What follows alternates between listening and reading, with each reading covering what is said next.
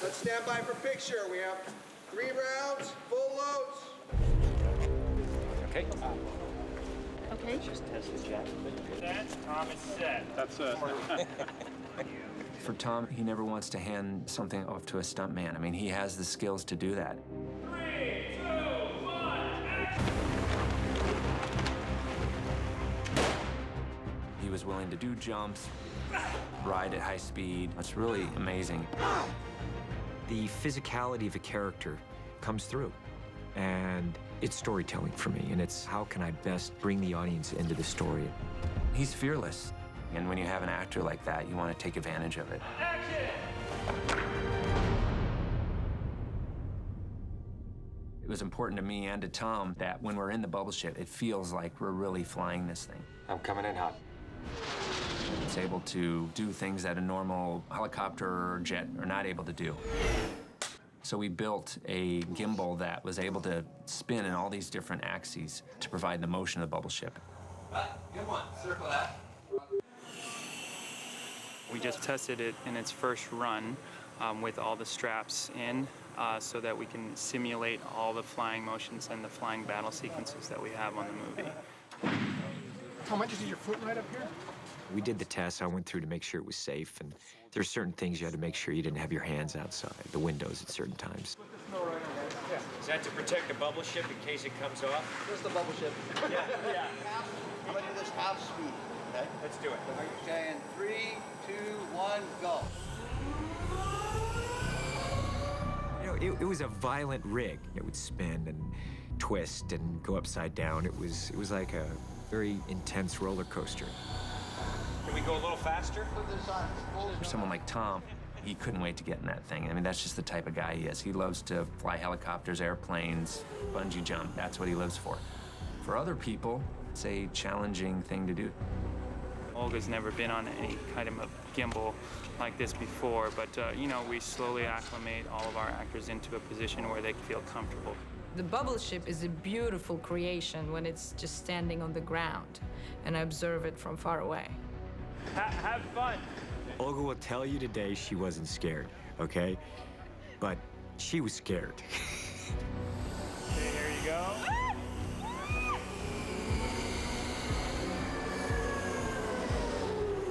You don't want to be in there when it's flipping around.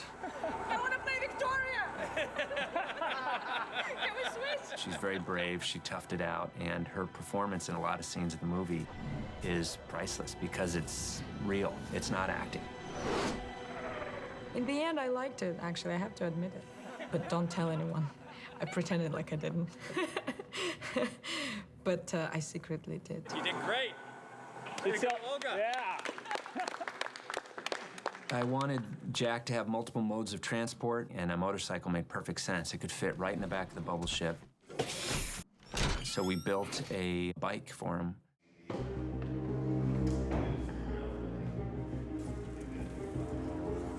My name's Justin Kell, and I have a company called Glory Motor Works, and we build stunt bikes and movie motorcycles.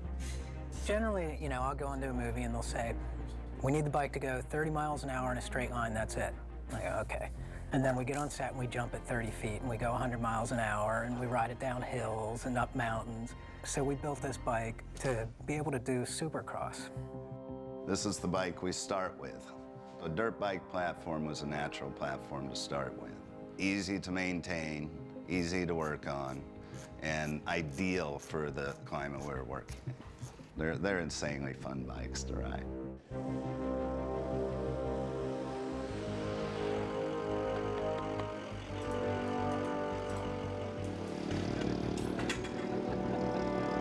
I love motorcycles, and you know, it was a tricky design. The soft stuff, it does really well. It does well, yeah. But it was... It's because it's been ergonomically changed a little bit with all this stuff, right. but it works It's great. It's good. Yeah, look, man, it's a motorcycle. It's awesome. Tom's a really good rider, you know, which makes our job easy. And knowing his riding abilities and what he's going to want to do, we're able to prepare for it instead of being surprised. Guys that designed it did a sensational job because there's moments that I have to carry Olga in the bike and I'm riding through Iceland and it had to be safe enough for me to travel at very high speeds without a helmet. A lot of the stuff I think that's extremely successful are the helicopter shots where he's free riding through pristine Icelandic chocolate cake dirt. It's basically a motocross heaven. Hey, on you, Tom, on you. Go, go, go.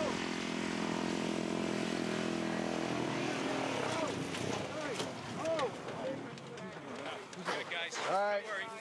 He dumped the bike, but he was in full control of the situation, and his agility basically saved him. Okay, here we go. Ready, and 3, 2, 1, go, go.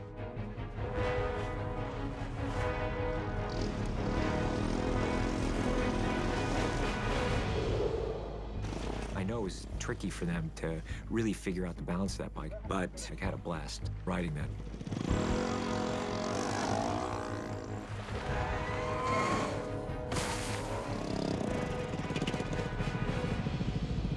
We get to see him rappel into the New York Public Library, and he has some really cool stunts down there. This is a big stunt show, and that stuff has to be thought of as you're designing the set, from all the rigging and everything that has to happen in there, and all the pyro and all the explosions. So the set had to be big. It's a big action sequence that plays out in there.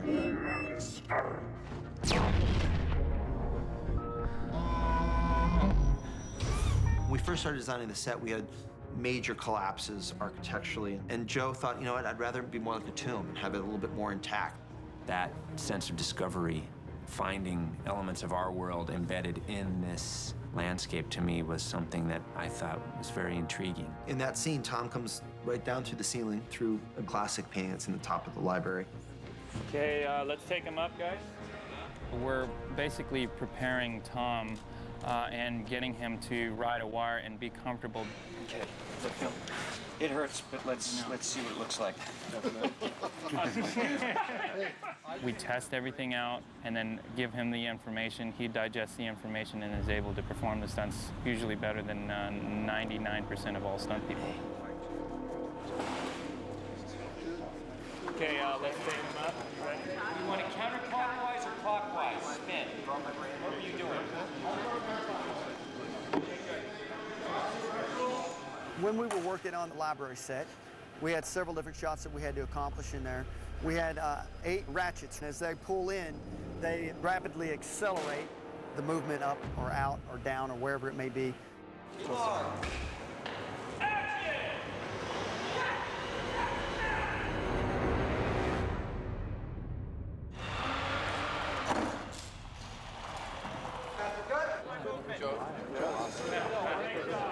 Through my conversations with Joe early in the beginning, who really wanted to amp this sequence up. Well, what I want to do is I want him to roll, and I want his gun to go sliding off that way. Okay. So head this way, rolls into a close-up, watching his gun go over the edge. Say, what, 30-foot drop, 25-foot drop? 30, 35. I imagine because this table is under the sinkhole, it's rotted. Right. So then he would basically go to the... And then kind of roll out of that. Okay. Watching my gun go this way, you'll see my face. Because the point is, Firing down the head, we're you want to see my face, so we're not have to use cuts. It's got to be a one-shot. I know. I do the stunts because you can put the camera in places where you may not necessarily be able to put it if I don't do the stunt. It's how we bring the audience into the action. Okay, Tom, are you set? Set! Okay. Ready, and action!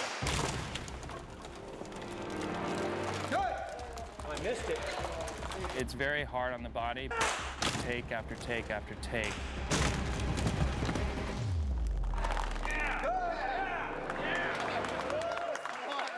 He's up for anything. He really can do all those stunts on his own. 3, 2.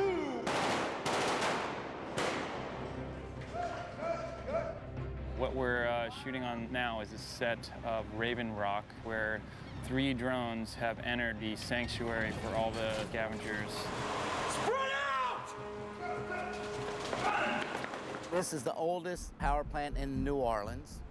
It was erected in 1885. It's a solid steel and brick structure, hand riveted, and it was the original powerhouse from New Orleans. And approximately 36 years ago, they closed it down. It's perfect for this movie. You can't tell where the set begins and where the original structure is. I mean, they've done such an amazing job with just adding bits and pieces. Yeah.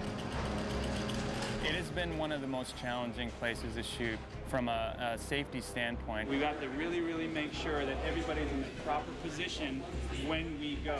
It was a total shithole. I mean, it's not often that you're on a multi-million-dollar movie set and you're having to wear a helmet in case parts of the set fall on your head. Clear everybody back there behind you. 3, 2, 1, go. Drone is chasing everybody, and in the process, a few of us get hit by the drone. Our job is to elevate ourselves to the point where our visual effects brothers can disintegrate us. It's a very big sequence, a lot of people, really tight spaces, a lot of big gags. Hi, how are you today? We have 120 background survivors coming in. It's a big makeup and hair day for our team. I am becoming a she-scav. I am apparently the only female scav. We've had about 30 stunt performers. We've had maybe over 100 pyro explosions. We have a mortar and a propane popper right down here, and we just been throwing debris and fire, and we have sparks. The events here are the explosions is 1 through 15. Action! Fight cover!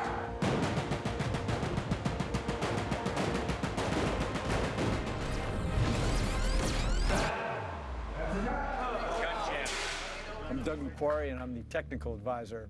I handle a lot of the military movement for the actors.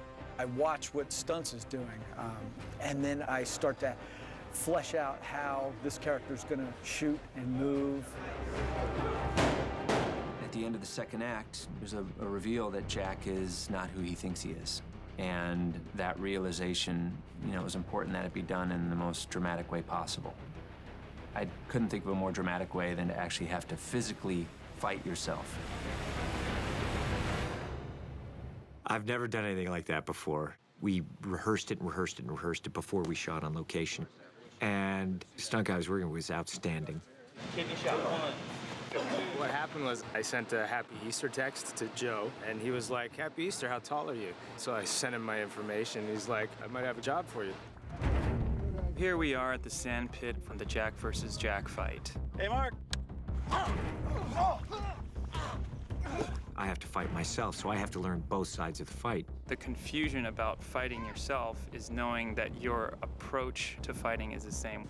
They're both as fast as each other. They're both as intense as each other. They know how to counter each other.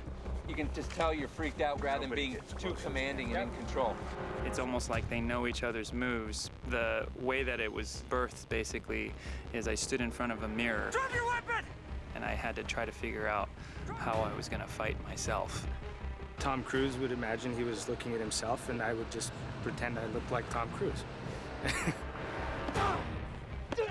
a very challenging sequence, primarily because we are in the heat. They're wearing leather suits. This suit itself was like a sauna. I've never felt such extreme heat in my life, actually. And action. We could only do it one time, and then we started getting dehydrated. The body was just too hot. We had 2 days to do it, and there were a lot of setups. Everyone was just, they were rushing me through the makeup. Okay, guys, just turn Tom into Jack 2 right now, and we'll put Lloyd in as Jack 1. Let's get him ready right away. That's nice. That's good. Yeah? Cool. Happy with that? Yep. The markers are just so that visual effects has something to track. So if there's ever a shot where my face comes into frame, then they'll be able to put Tom's over top. This is a full head replacement, so there's no hiding either of your faces. What they're going to take from when you play the other side is just your facial performance. At some points, I would wear a hood with tracking markers so they can do a full head replacement for certain shots. 3, 2, 1, go. Boom. Yep. This was what was actually shot on set, and we have Tom on one side, and then the next daily take we have Tom on the other side. And with a bit of rotoscoping, we're actually able to put them both together. So I'm actually not really in the movie, but yeah. In a good way though. Sound speed. Set. Action. It was really one of the most challenging sequences in the movie to shoot, and just the physical endurance required by Tom to pull it off was astounding. Cut. Great job, Tom. Great job, Lloyd. Really awesome. It was quite a challenge, and I really appreciate a great crew, because it's moments like that where you don't get that unless you have a crew that's really working together and moving through the shots and working as a team. That's what's wonderful about making movies. Ladies and gentlemen, Mr. Tom